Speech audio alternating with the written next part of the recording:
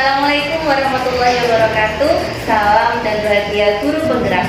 Perkenalkan, nama saya Siti Rosidah, calon guru penggerak angkatan 11 dari Kabupaten Blitar.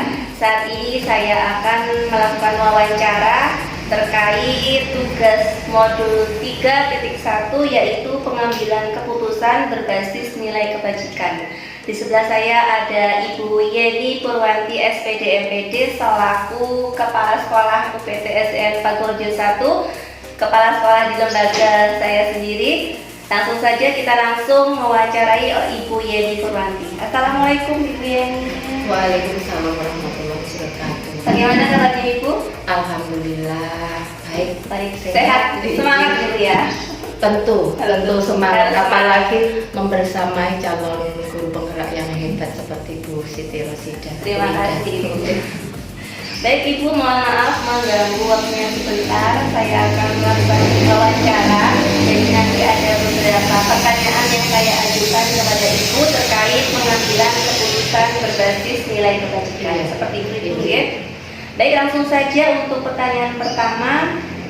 Selama ini bagaimana Ibu dapat mengidentifikasi kasus-kasus yang merupakan dilema etika atau pendidikan moral? Iya, terima kasih Bu Ida. Langsung saja ya. Saya dalam mengidentifikasi apakah kasus-kasus itu masuk dalam pendidikan moral atau dilema etika, yaitu tentunya saya akan melihat terlebih dahulu sudut pandang moral dan hukum. Apabila kasus tersebut melawan hukum, maka sudah tentu benar atau salah. Nah, maka itu disebut sebagai rujukan moral. Tetapi jika masalah itu dikatakan benar lawan benar, maka masalah tersebut adalah dilema etika. Sehingga di sini saya sebagai kepala sekolah tentunya di dalam mengambil sebuah keputusan, saya pasti akan mempertimbangkan berbagai masukan yang berupa informasi faktual, kemudian keputusan yang saya ambil tentunya mengacu atau berdasarkan aturan dari pemerintah, dan aturan tersebut dibuat oleh sekolah yang tentunya bersinergi untuk menciptakan suasana sekolah yang nyaman, aman, dan tentunya kondusif untuk mewujudkan sebuah visi sekolah yang diharapkan bersama.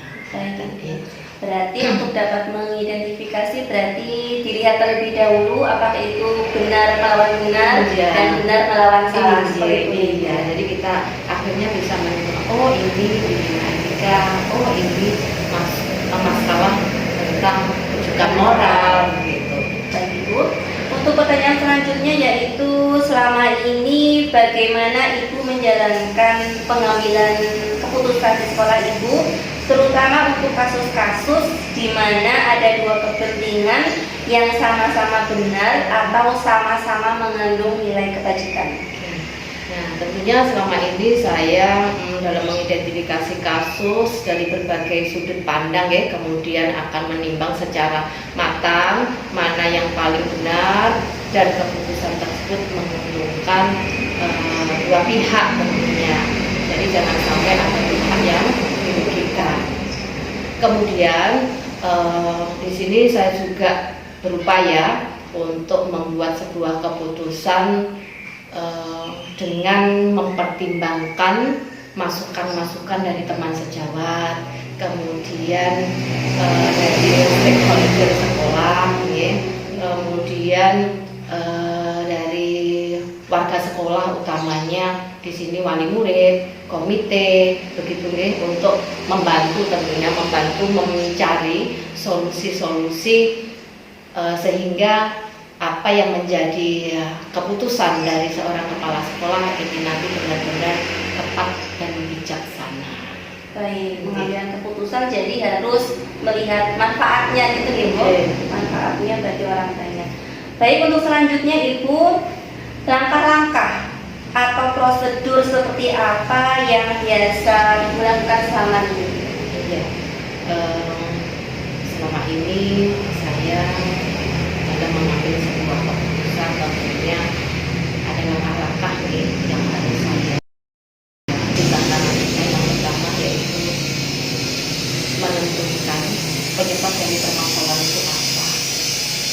kemudian menentukan siapa pimpinan yang terlibat. Kemudian bisa juga saya menanyakan kepada orang-orang terdekat yang mengetahui permasalahan tersebut. Oke. Kemudian selanjutnya tentunya saya akan berdiskusi dengan warga sekolah, membuat beberapa solusi keputusan, menimbang lagi dari berbagai sudut sebelum memutuskan sebuah keputusan. Oke, gitu. Jadi intinya saya pasti akan mencari informasi dulu dari berbagai pihak. Baik, berarti pengambilan keputusan itu memang harus ada langkah-langkahnya seperti itu ya Bu, agar nantinya bisa dapat dipertanggungjawabkan untuk peristiwa kerajaan kejadiannya seperti Iya, itu. pasti. Setelah kita mendapatkan berbagai informasi yang seperti saya sampaikan di awal, akhirnya kita akan melakukan sebuah analisis untuk membuat sebuah keputusan yang terbaik. Baik Ibu.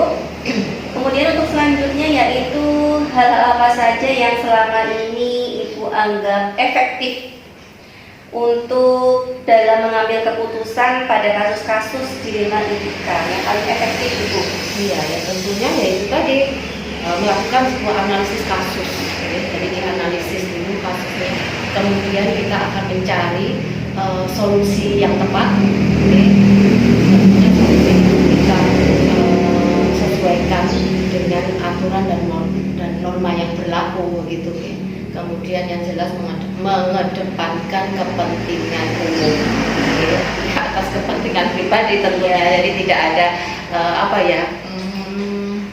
sesuatu yang akhirnya itu memihak gitu loh, gitu ya. Nah kemudian solusi tersebut diharapkan benar-benar bermanfaat bagi banyak orang dan untuk jangka panjang kayak gitu. Baik Ibu, untuk jawaban yang luar biasa. Mungkin ini ada tambahan sedikit ya.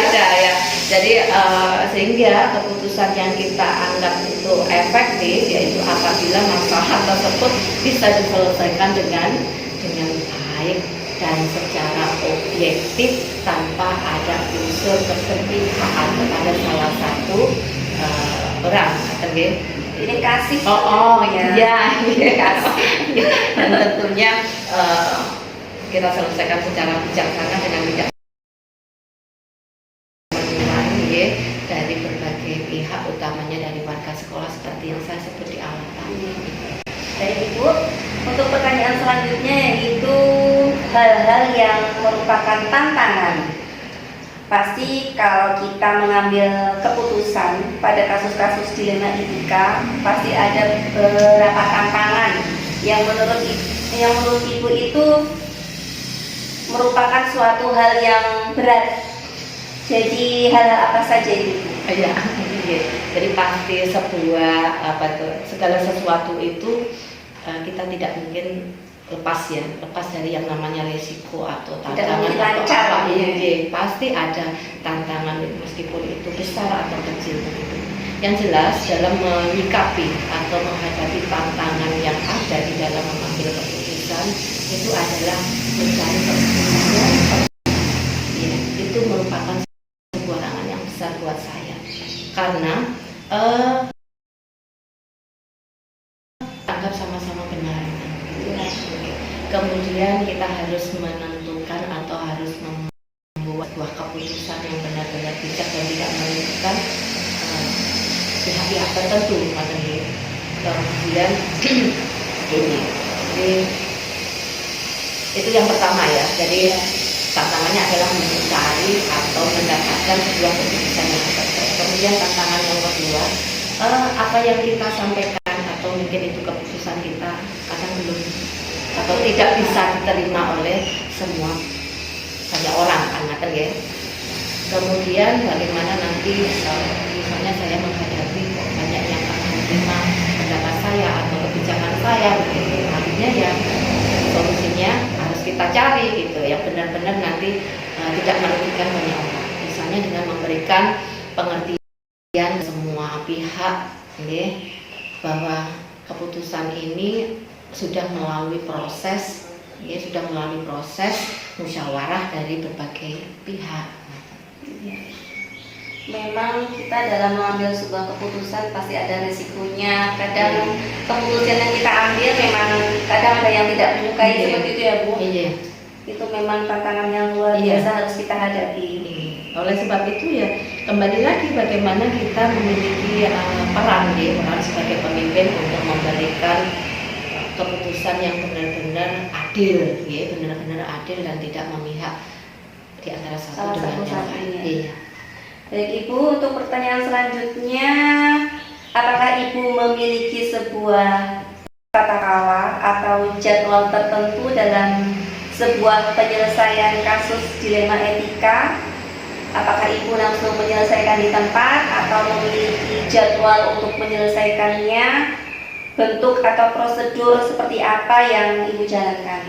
Ya, di sini melihat nih, jadi kita melihat berat ringannya dari permasalahan itu. Kalau kita anggap bahwa permasalahan itu nyampaikan saja, maka saya tidak perlu sebuah penjadwalannya. Langsung bisa ya? langsung kita selesaikan di tempat. Jadi kesimpulannya untuk memutuskan masalah yang ringan biasanya saya langsung putuskan di tempat. Tetapi jika masalah itu berat, biasanya saya melakukan penjadwalan dalam menyelesaikan kasus tersebut. Dan dari penjadwalan itu ada tahapan-tahapannya karena pertama mungkin saya mengambil satu pihak dulu, kemudian kemudian untuk selanjutnya saya tidak bisa langsung memberikan solusi karena harus memanggil pihak yang kedua dulu, begitu Jadi ada langkah-langkah yang saya ambil tentunya dengan memberikan penjadwalan seperti itu. Baik, jadi dilihat dari unsur kasusnya, kalau ringan mudah langsung diselesaikan, apabila berat berarti harus ada jadwal dan prosedurnya seperti itu. Karena begini, mengapa kalau saya harus menjadwalkan dalam penyelesaian permasalahan itu? Karena yang pertama saya kan juga harus tahu dulu apa. Kemudian menentukan siapa saja yang terlibat, kan saya juga harus tahu antara A dan B lah begitu, sehingga nanti akan saya panggil satu persatu dulu. Kemudian setelah saya mendapatkan informasi dari dua belah pihak, tentunya saya juga tidak langsung memutuskan, tetapi saya juga mencari informasi secara faktual, mungkin dengan teman-teman yang dekat dengan yang bermasalah itu. Kemudian dari situ hasilnya akan saya diskusikan bersama dengan warga sekolah untuk juga membantu memberikan ide solusi apa yang nanti bisa kita jadikan sebagai alasan untuk dijadikan sebagai bahan pertimbangan, maksudnya untuk membuat penyelesaian permasalahan tersebut.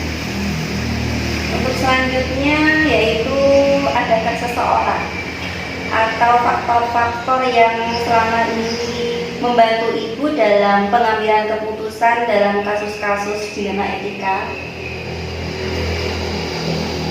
Ya, yang jelas banyak sekali jadi faktor yang bisa mendukung atau membantu saya di dalam mengambil keputusan. Yang pertama yaitu dari keluarga. Iya, dari Keluarga nomor satu itu. Dari keluarga itu yang benar-benar mendukung bagaimana saya nanti berperan sebagai pemimpin, apalagi dihadapkan dalam sebuah permasalahan begitu. Kemudian selain keluarga tentunya rekan sejawat, mitra kerja saya di lembaga itu yang merupakan faktor yang bisa mendukung atau membantu saya mempermudah jalan atau untuk mengambil keputusan di dalam kasus-kasus dilema etika. Kemudian mengapa saya membutuhkan semuanya itu? Yang pertama untuk warga sekolah, karena saya dengan melibatkan warga sekolah, karena saya anggap sebagai mitra kerja saya, benar-benar saya butuhkan kerjasama dan kekompakannya sebagai sebuah tim untuk mengambil keputusan. Keluarga, rekan kerja itu adalah yang mendukung Oke, dalam iya. pengambilan keputusan. Dan Ibu sekarang ini adalah pertanyaan. Nah, dari semua hal yang telah disampaikan, pembelajaran apa yang dapat Ibu petik dari pengalaman Ibu ketika pengambilan keputusan di bidang IPK? Ya, terima kasih Bu. Kok nggak terasa ya? Wawancara kita sudah di bagian yang terakhir. Tentunya banyak sekali pembelajaran yang bisa saya ambil dari kegiatan-kegiatan ini, utamanya di dalam mengambil keputusan ini. Saya menjadi lebih bijaksana di dalam menganalisis sebuah permasalahan, bijaksana di dalam membuat sebuah keputusan.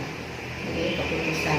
Kemudian pembelajaran yang lebih penting lagi yaitu saya dapat mencari alternatif yang bisa dijadikan sebagai bahan pertimbangan dan menentukan solusi yang terbaik, yang tepat untuk membuat sebuah keputusan yang benar-benar bijaksana. Luar biasa sekali Ibu, terima kasih jawabannya mulai dari awal sampai akhir runtut, jelas. Semoga apa yang saya dapatkan ini bisa menjadi pelajaran berharga bagi saya untuk kedepannya dalam mengambil keputusan, karena memang kita dalam mengambil keputusan harus ada langkah-langkahnya ya.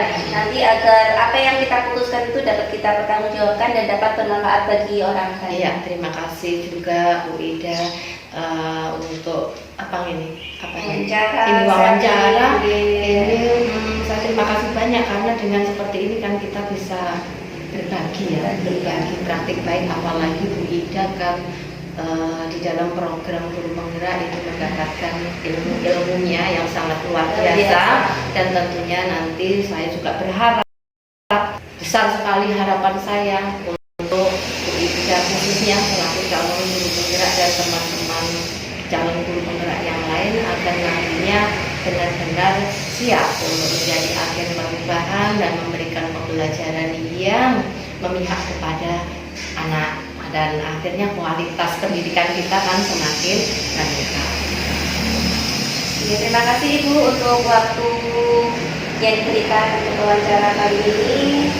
Saya ucapkan sukses selalu. Terima kasih. Lancar semuanya, rezekinya lancar, tetap diberi kesehatan Ibu. Sekali lagi terima kasih banyak. Sama-sama.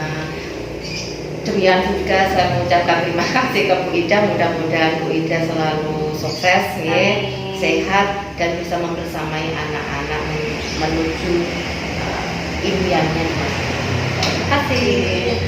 Baik, itu tadi wawancara dengan Ibu Yeni Purwanti untuk memenuhi tugas modul 3.1, yaitu pengambilan keputusan berbasis nilai kebajikan. Saya Siti Rosida. Wassalamualaikum warahmatullahi wabarakatuh.